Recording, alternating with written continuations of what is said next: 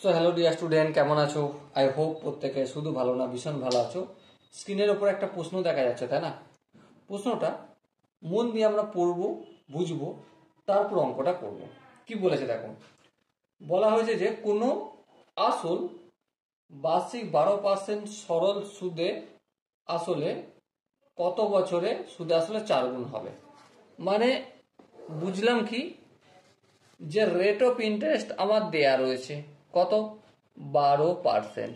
বেশ, no problem. সরল সুদে সুদে আসলে 4 গুণ হবে কত বছরে, তার মানে টাইম আমাদের নির্ণয় করতে হবে। টি টাইম, টি এটা বছরে আনসার হবে। হ্যাঁ, কারণ 12% লিখছি মানে কি, বার্ষিক সুদের হার বলছি, বার্ষিক মানে বছরে আনসার আসবে। ওকে, এবারে আমরা আসল বা প্রিন্সিপাল ইকুয়াল টু এক্স লিখবো। হ্যাঁ, এবারে সুদে আসলে 4 গুণ মানে interest plus principal amount equal to কত হবে, 4x হবে। হ্যাঁ ঠিক, তাহলে আই সমান কত, আই সমান হবে 4x মাইনাস পি মানে মাইনাস এক্স, তাহলে কত হলো 3x।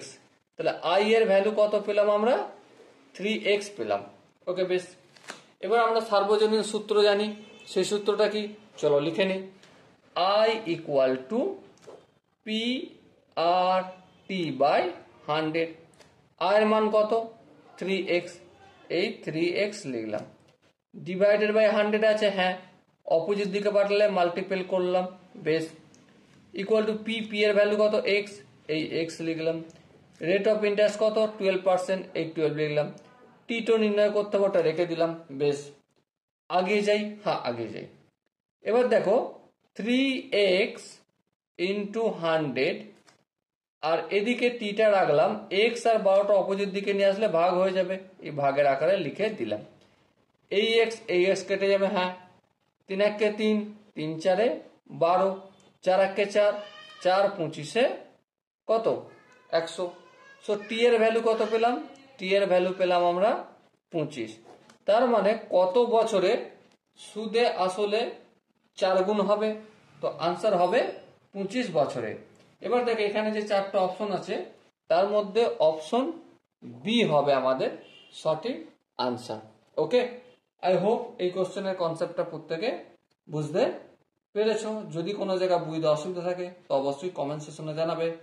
আর নেক্সট অঙ্কটা পাওয়ার জন্য অবশ্যই চ্যানেলটা সাবস্ক্রাইব করে রাখবে।